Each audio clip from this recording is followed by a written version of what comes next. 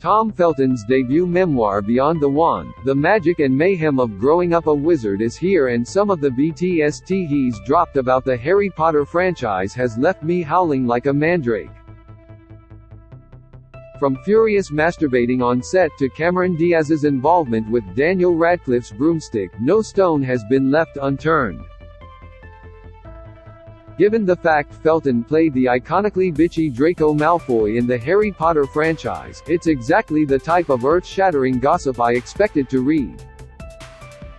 Let's dive in, shall we? A wanking baboon ruined a HP scene. Oh, you thought I meant a human was jacking off like their life depended on it on set? Silly me. According to Felton, Wankgate happened while the gang was filming a scene from Harry Potter and the Chamber of Secrets, when Professor McGonagall was teaching a transfiguration lesson. There were loads of animals on set, like monkeys, birds and snakes, as well as a rather ill-mannered baboon. Felton said the horny baboon was unaware of the niceties of social interaction and set etiquette, and in particular, he was unaware of what behavior is appropriate to exhibit in front of a bunch of kids. Which is my roundabout way of saying that we had to cope with the distracting intrusion of a self-pleasuring primate during the filming of the scene. Apparently several takes were deemed unusable, cause the baboon was going feral, knocking one out in the background. You can imagine the chaos that ensued each time one of us kids saw what was happening out of the corner of our eye and shouted, "Oh my God, look at that baboon!" Felton said. I absolutely can believe the pandemonium that would have broken out on set. I wish I was there. If I'm honest, Daniel Radcliffe used a pic of Cameron Diaz to help him control his broomstick. We're talking about an actual broomstick here and not a penis. Mind out of the gutter, people. Apparently, the Quidditch scenes were filmed in a studio against blue or green screens so the fun background could be added digitally in post-production. Felton said the broomstick was a metal pole fitted with a deeply uncomfortable bike saddle, with stirrups for your feet and a harness to stop you falling. Sounds a bit like a wizard bucking bull. He said all the actors had to look in the right direction so the shot looked authentic. To keep their line of sight consistent, crew members would hold up a tennis ball on a long pole with orange tape wrapped around it. Sometimes there would be more than one tennis ball up there, and as one looked very much like another, after a while they gave us more individual objects to stare at, Felton said. We chose pictures of something or somebody close to our hearts. Daniel Radcliffe had a picture of a particularly beautiful Cameron Diaz. As he should, I say. Fishing fan Felton chose a picture of an even more beautiful carp, in case you were wondering. Get this, man fishing on Animal Crossing. Stat, Harry, Draco and Dumbledore used to go on Smoko together. Felton said he, Radcliffe and Michael Gambon, who played Albus Dumbledore in The Prisoner of Azkaban, Goblet of Fire, Order of the Phoenix, Half-Blood Prince and both Deathly Hallows films, would enjoy a breath of fresh air together. A breath of fresh air. I think you mean Smoko, bruv. According to the Washington Post's review of Beyond the Wand, Felton and Gambon would actually share a smoke between takes of Dumbledore's death scenes. Obviously, this means they were choofing a ciggy in costume, which is a mildly iconic mental image.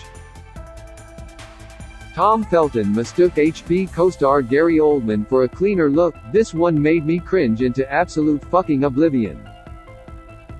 In Beyond the Wand, Felton said Gary Oldman, who played Wolf Daddy Sirius Black, was so humble and normal looking on set that he thought he was a cleaner. Respect your elders, young man. There were certain actors on the set who you'd never really recognize out of character, even though they were absolute legends, Felton said. They just looked, and I mean this in the nicest possible way, like slightly scruffy older men.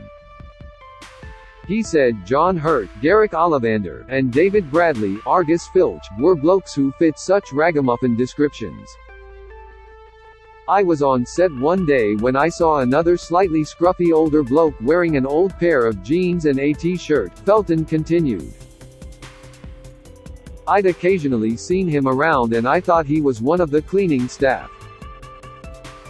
What can I say? He just had that look.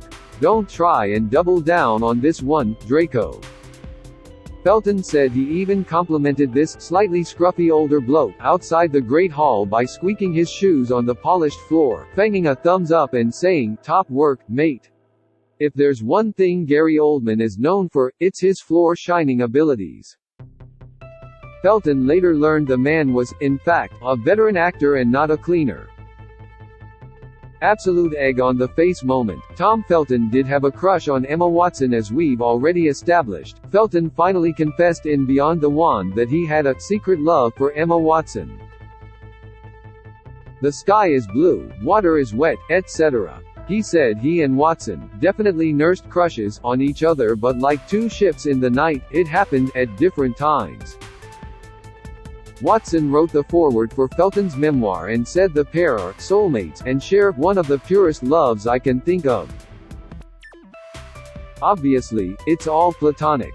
Sure, Jan, the HP cast were jealous of Daniel Radcliffe and Gary Oldman's tight relo Sirius Black played a huge role in Harry Potter's life, so it's no surprise that Daniel Radcliffe and Gary Oldman fostered a similarly powerful relationship on set. Felton said he and some cast and crew members were a bit jealous of that bond the actors shared.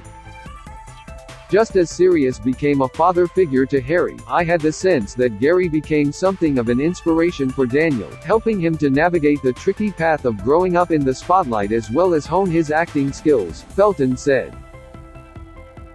They seemed to me to share a very similar sense of humor and approach to the other cast and crew. I think some of us, myself included, were a bit jealous of that bond. We could see that, in part thanks to Gary's influence, Dan was really starting to learn the craft better than any of us. Who better to have on your side in that respect than Gary Oldman? Rupert Grint was fined more than £2,500 for giggling on set. Laughing on the set of Harry Potter comes with a hefty price, folks. Chris Columbus, bit of an unfortunate name, if I'm honest, directed Philosopher's Stone and Chamber of Secrets, and the bloke had a system on set to stop child actors from ruining scenes. Any time one of us disturbed a take, we were given a red card, Felton said. A red card meant you had to put £10 into a bag and, at the end of the shoot, all the money was donated to charity. It was a good plan to keep us on the straight and narrow, but it didn't always work. He claimed Rupert Grint's on-set antics saw him clock up a tidy sum in fines.